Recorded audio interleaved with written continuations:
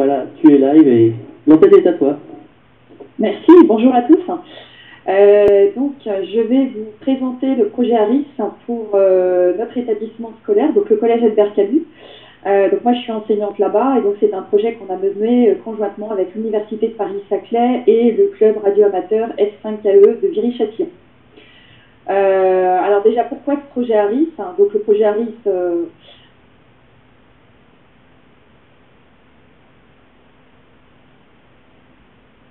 au sein de l'établissement, c'était vraiment la dynamique du projet qui nous avait été expliquée par Sylvain, à savoir donner du sens aux apprentissages par le biais d'une thématique spatiale.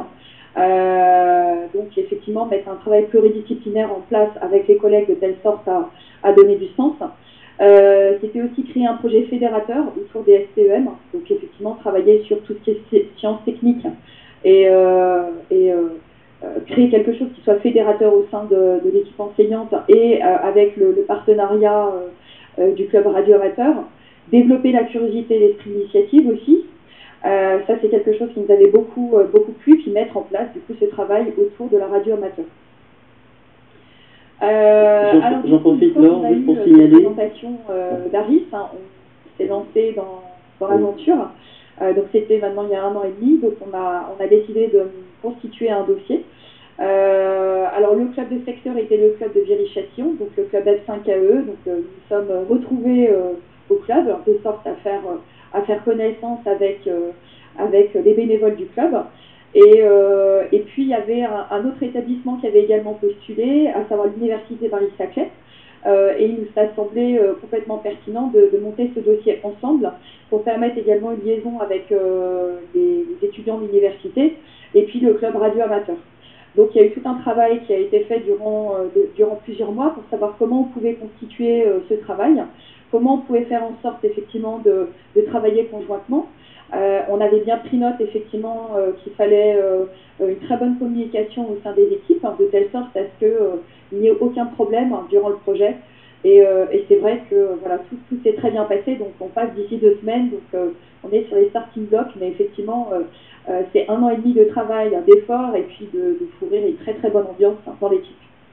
Juste Laure, je te signale qu'on a perdu ta caméra, donc ta caméra est frisée. Par contre, on t'entend toujours et on a toujours les slides. Donc voilà, c'était pour l'information. Ok, ça marche. Bon.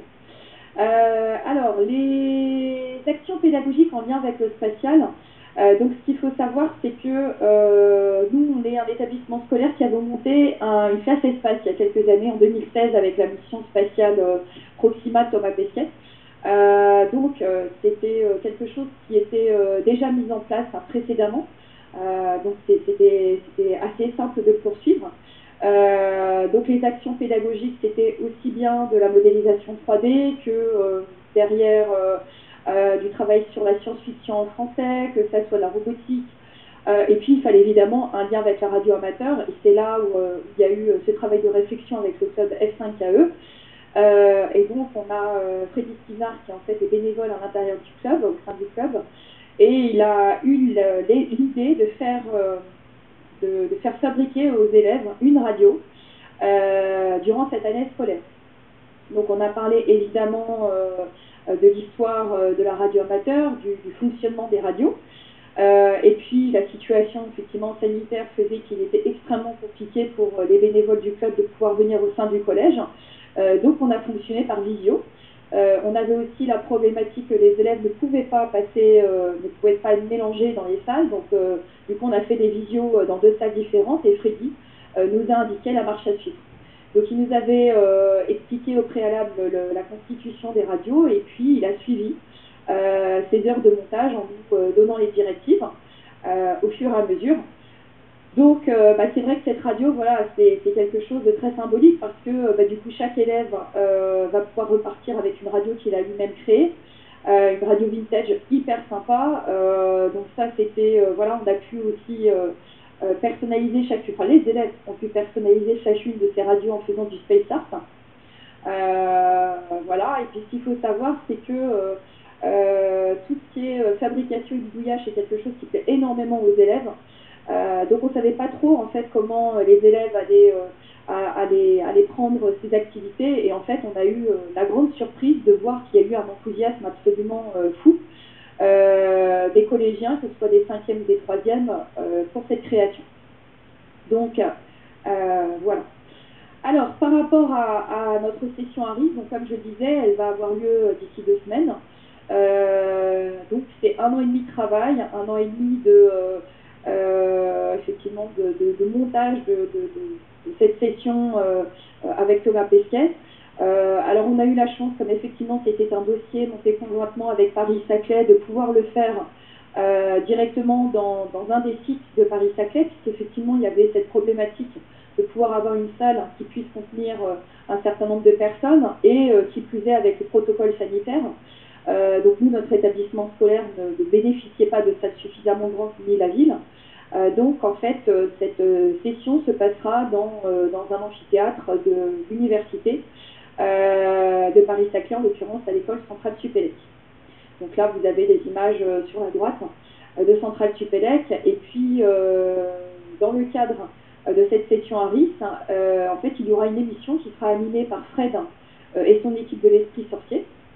Donc, une émission sur le thème du spatial. Donc il y aura effectivement la vulgarisation scientifique, enfin, d'explication des phénomènes scientifiques et de spatial. Il y aura effectivement après une partie consacrée uniquement à la radio amateur avec l'intervention des bénévoles du club, l'explication du fonctionnement de la radio, d'histoire de la radio amateur. Ensuite, il y aura cette session très attendue avec Thomas Pesquet, et puis ensuite, on va faire un élargissement autour de la thématique spatiale et de l'astrophysique. Donc, effectivement, c'est une belle aventure, une grosse organisation. Mais voilà, vraiment, on a envie de pérenniser cette expérience au sein de l'équipe parce que voilà, on sent que c'est une thématique, la radio amateur, qui est extrêmement vaste, hein, qui peut être répercutée dans énormément de matières. La thématique spatiale peut vraiment être appliquée aussi bien en sciences qu'en littérature, qu'en langue vivante, même en sport, puisqu'effectivement, on sait très bien que les astronautes doivent faire un entraînement sportif assez intense. Donc voilà, j'invite tous les enseignants à vraiment postuler à ces sessions à risque parce que c'est vraiment une très très belle aventure.